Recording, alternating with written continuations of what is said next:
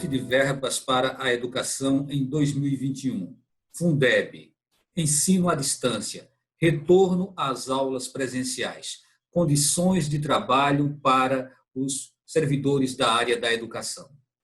Enfim, há uma série de questões que vieram à tona nesse momento em que o país passa por uma pandemia do novo coronavírus. E para falar sobre todos esses pontos, o nosso convidado de hoje no programa Opinião Pernambuco é Heleno Araújo. Heleno é presidente da CNTE, que é a Confederação Nacional dos Trabalhadores em Educação. Lembrando que o programa Opinião Pernambuco, não apenas este de hoje, todos eles são exibidos às 17h30 nas rádios Universitária FM 99.9 e na Rádio Paulo Freire AM 820 kHz. Então vamos lá, Heleno. Eu queria começar com esse corte de verba para as universidades, para a educação, na verdade, em 2021. Há uma previsão de um corte de 1,43 bilhão de reais. Qual o impacto que isso pode trazer para a área da educação? Quais os danos que isso deve causar, né, com essa medida, com essa intenção do governo de realmente tirar esse dinheiro e dar um novo destino? Olá, Valdir. É um prazer estar aqui com você no Opinião Pernambuco mais uma vez. Forte abraço para você e para todas e todos que nos acompanham nesse debate, que são muitos, né, preocupados em tratar de temas de interesse social. E esse é um tema que envolve muita gente. Nós, diretamente ou indiretamente, somos mais da metade da população brasileira envolvida com a educação, seja ela básica, profissional e superior. Pelos números das matrículas que nós temos, pelo envolvimento do conjunto dos trabalhadores e das trabalhadoras da educação, e se agregarmos que cada estudante, cada trabalhador tem a sua família, então, direto ou indiretamente, estamos envolvidos nessa política da educação que é importante para a população brasileira. E uma política que nós sabemos que o Estado brasileiro ainda não conseguiu cumprir o seu papel, cumprir a sua tarefa, que é garantir o direito à educação a cada cidadão, a cada cidadã. Somos quase 2 milhões de 4 a 17 anos de idade fora da escola, mais de 80 milhões com 19 anos de idade ou mais que não conseguiram concluir a educação básica. Então, já são números enormes, grandes, que mostram o quanto é prejudicial um governo retirar do orçamento do Ministério da Educação, tirar do orçamento da educação um centavo sequer. Então, é um prejuízo muito grande, porque nós temos as matrículas, que é um número grande. O Ministério da Educação tem, sim, responsabilidade com a creche até a pós-graduação. É assim que está escrito na Constituição Federal e na Lei de Diretrizes e Bases da Educação Nacional. Então, qualquer investimento que o Ministério da Educação faz é pensando também na creche, é pensando no ensino fundamental, médio e toda a educação. Então, ao retirar recursos, você traz um prejuízo para todo mundo.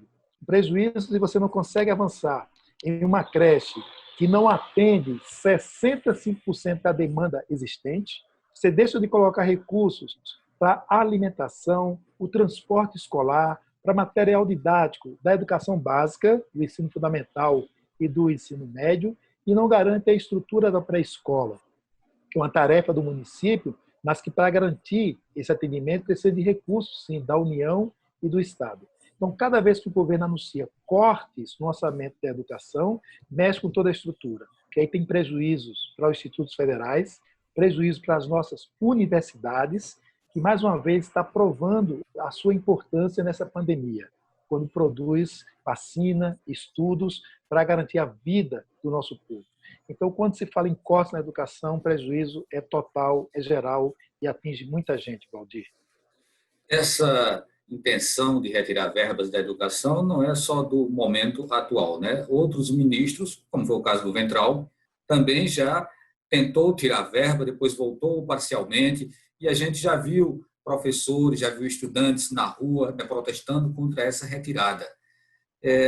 Ou seja, a gente pode chegar a uma conclusão de que, no momento atual, o governo não tem essa percepção da importância do que seja a educação para o povo brasileiro?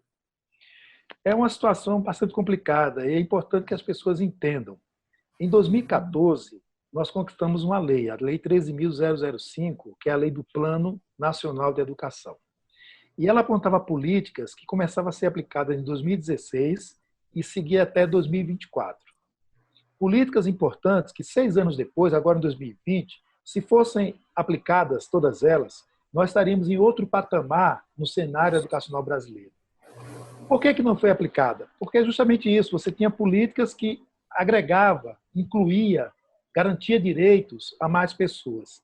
E aí tivemos uma interrupção desse processo em 2016, com a retirada da presidenta, mas não só a interrupção com a retirada da presidenta Dilma em 2016, mas quem entrou, Michel Temer e todos que apoiaram o impeachment, eles aprovaram uma mudança na Constituição Federal, que foi a emenda constitucional número 95 de 2016.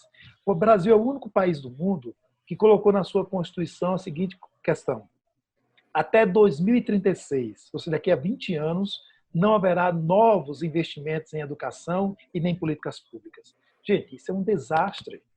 Nós temos demandas sociais agora, a população vai crescer até 2036, as demandas sociais vão aumentar. E como é que um governo diz que não vai fazer novos investimentos em educação? Então, essa emenda 95, ela atrapalha a perspectiva de atender o direito à educação em nosso país. E o governo que foi eleito em 2018 tinha no seu programa de governo a manutenção dessa emenda 95.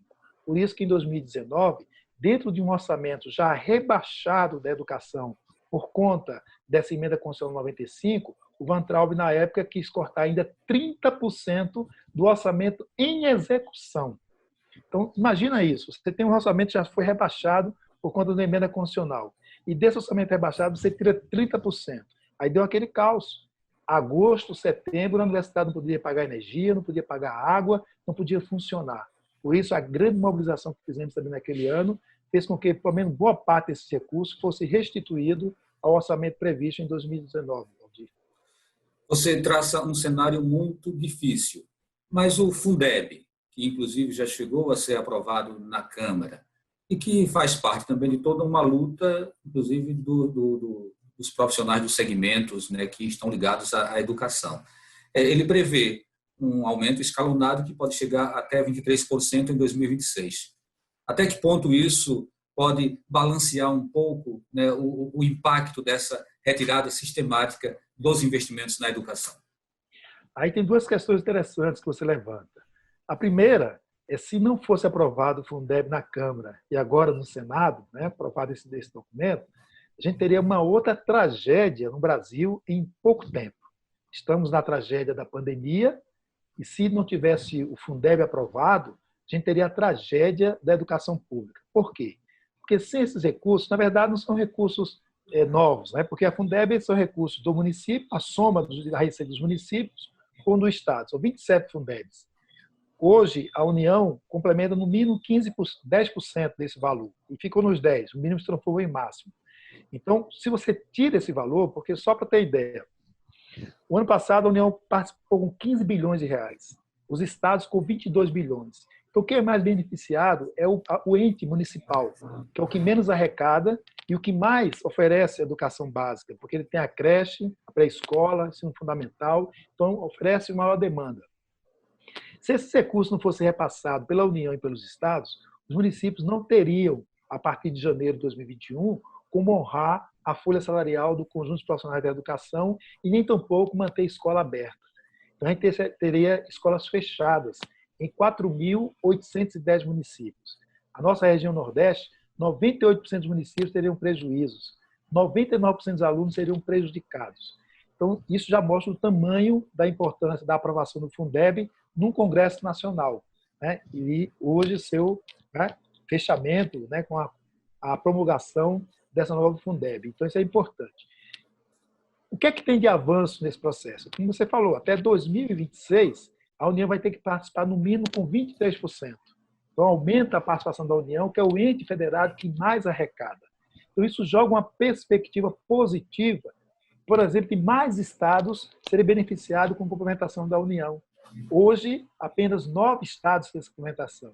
em 2026, chegaremos a 24 estados, que terá a complementação da União. Então, isso joga para cima. Isso dá uma perspectiva positiva, desde que o governo não dê com a mão, que é o Fundeb aprovado, e tire com a outra, que é cortar o orçamento da educação. Porque se você bota mais recursos da União e tira do orçamento, então você dá com uma mão e tira com a outra. Por isso, temos que estar atentos e atentas para evitar tudo. Regulamentar agora o Fundeb para garantir novos recursos e não permitir que tenha corte no orçamento do ano que vem. Então, o Fundeb pode minimizar um pouco, né, os impactos na educação básica, como o próprio nome já diz, né?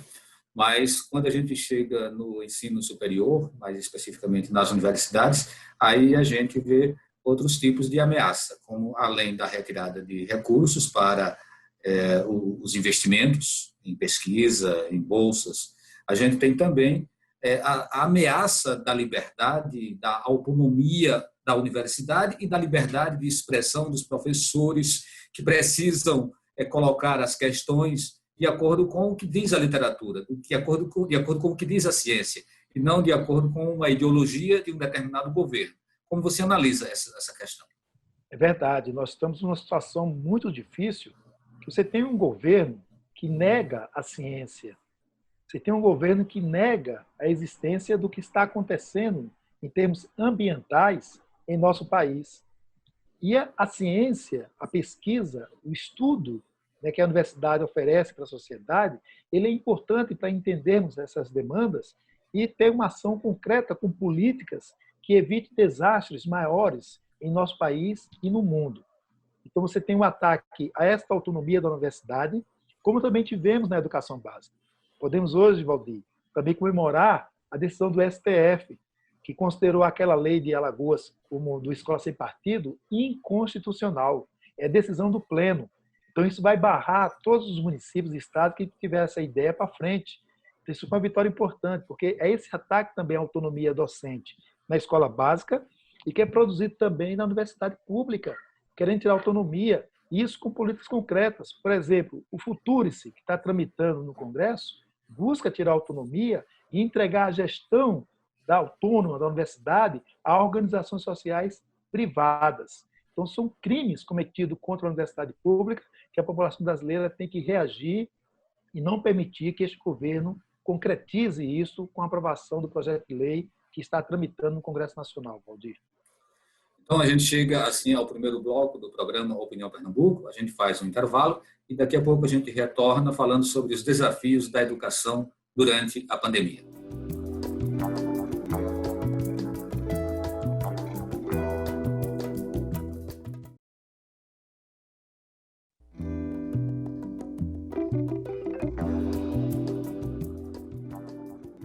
Estamos de volta com o programa Opinião Pernambuco, conversando sobre os desafios da educação em tempos de pandemia. Nosso convidado é Heleno Araújo, que é presidente da CNTE, Confederação Nacional dos Trabalhadores em Educação. Heleno, vamos falar um pouquinho sobre o retorno às aulas presenciais. Mas antes disso, eu queria que você falasse um pouco sobre as experiências, sobre o que foi esse desafio, o que deu certo e o que não deu no ensino à distância, nas tentativas de viabilizar um ensino totalmente não presencial e que até agora não corresponderam, né, ao que se pensou que poderia ser a salvação do ano letivo de 2020. Sua pergunta é interessante e importante para a gente refletir sobre o que é que nós temos em nosso país em termos do direito à educação. Se observarmos as legislações, a Constituição Federal, a Lei de Diretriz e Base da Educação Nacional, o próprio Plano Nacional de Educação de 2014, ali nós temos políticas importantes e interessantes para dar uma base sustentável nas políticas educacionais. Entre essas bases, há a questão da educação à distância, que é uma modalidade dentro da educação e está na lei. E lá tem a determinação do processo de formação tecnológica de toda a comunidade escolar. Trabalhadores, estudantes, pais e mães que vão ajudar na mediação dessa formação pedagógica dos nossos estudantes e na sua formação cidadã. Quando você olha no papel, na legislação, está tudo lá escrito. Na prática, não acontece. e a gente não conseguiu mobilizar a sociedade para dizer, olha, o que está escrito, os governos não conseguem colocar em prática. Vamos nos mobilizar para exigir que os governos cumpram o seu papel e coloquem em prática as legislações já conquistadas. Vem a pandemia e escancara isso para a gente. Você entra num processo de mudança de aulas remotas ou online sem nenhuma preparação anterior. A formação não foi aplicada, os professores não foram preparados para se tornar aquele da aula presencial em YouTube, um cara que se dê bem com o vídeo, que dialogue, que chame a atenção dos nossos estudantes. Os equipamentos que os professores utilizam é o seu celular, o seu notebook, ou seja, o Estado não ofereceu o equipamento ao profissional para atuar. O estudante não tem a conexão. Você tem aí 84% dos nossos estudantes diminuíram a participação porque não tem equipamento, não tem a conexão, não tem a autonomia para construir o seu processo de formação pedagógica e não tem o adulto na casa para ajudar na mediação dessa formação. Isso são dados que verificamos na prática e as pesquisas feitas pela Universidade Federal de Minas Gerais, através do Gestrado, e aí está a importância, mais uma vez, da universidade, mostra isso para a gente. Então, a pesquisa foi importante mostrar esse dado para dizer, olha, o que está no papel não foi colocado em prática. E a pandemia desvendou isso. Então, você vai para uma atividade remota, sem as condições necessárias para garantir o processo de aprendizagem. Com isso, você aprofunda as desigualdades escolares entre os alunos dentro da própria rede pública e, mais ainda, da rede pública com a parte da rede privada. Então, é contra isso que nós lutamos e combatemos, Valdir, para que o que nós conquistamos no papel seja colocado em prática de forma permanente, diária, para evitar o que está acontecendo agora com esta pandemia do Covid-19. E aí vem a outra questão, né? É tempo ainda para se retomar as atividades do ano letivo de 2020? Existe ainda como a gente imaginar que em apenas setembro, outubro, novembro, em 3 meses ou 4, digamos, se consiga dar conta de um ano letivo inteiro, somando com essas experiências pontuais que aconteceram à distância no primeiro semestre?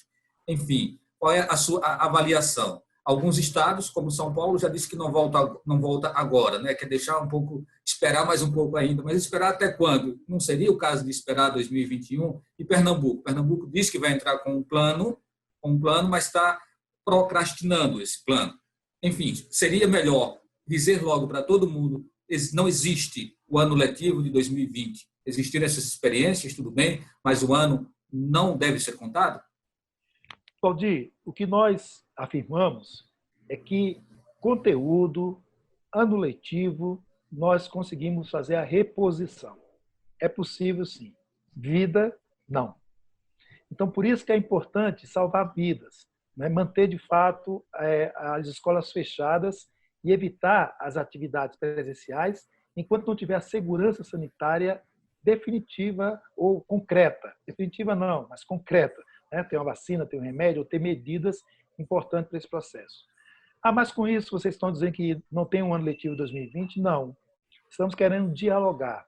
O diálogo, nós entendemos que é o processo fundamental para construir alternativas. Tem que ter o diálogo, para a gente pensar como trabalhar 2020, 2021, como construir dentro das nossas realidades, por escola, pelas condições física que nós temos, a infraestrutura da escola, as condições materiais, nós podemos conversar e encontrar saídas. Mas não depende só do diálogo, depende de vontade política para cuidar disso. Se não temos a segurança sanitária para voltar às atividades presenciais, vamos garantir as condições para ter aula remota para todo mundo, para ninguém ficar de fora. Para isso, tem um projeto de lei tramitando no Congresso Nacional, na Câmara, projeto de lei número 3165, que diz o seguinte: o FUST é um fundo que tem lá 31 bilhões de reais parado. Esse programa, Valdir, era para ter lá atrás, ter colocado internet em todas as escolas e ter dado equipamento aos nossos estudantes. Não fizeram. O dinheiro está lá. Então, o que é que diz esse projeto de lei? Além de aprovar o projeto de lei 2949, que garante as condições sanitárias para atividades híbridas, presenciais e remotas, o 3165 diz que o governo federal deverá passar esses 31 bilhões de reais como complementação do Fundeb para equipamentos e conexão dos trabalhadores e estudantes. Então, se tem um apoio financeiro, se tem um apoio político e um diálogo com a comunidade escolar, nós encontraremos, sim, caminhos, né, para garantir 2021, fazendo reposição dentro das nossas condições, dentro das nossas realidades. Diálogo, vontade política e recursos que existem. Não adianta o governo dizer que não existe, que existem para financiar o que é importante nesse momento, Valdir.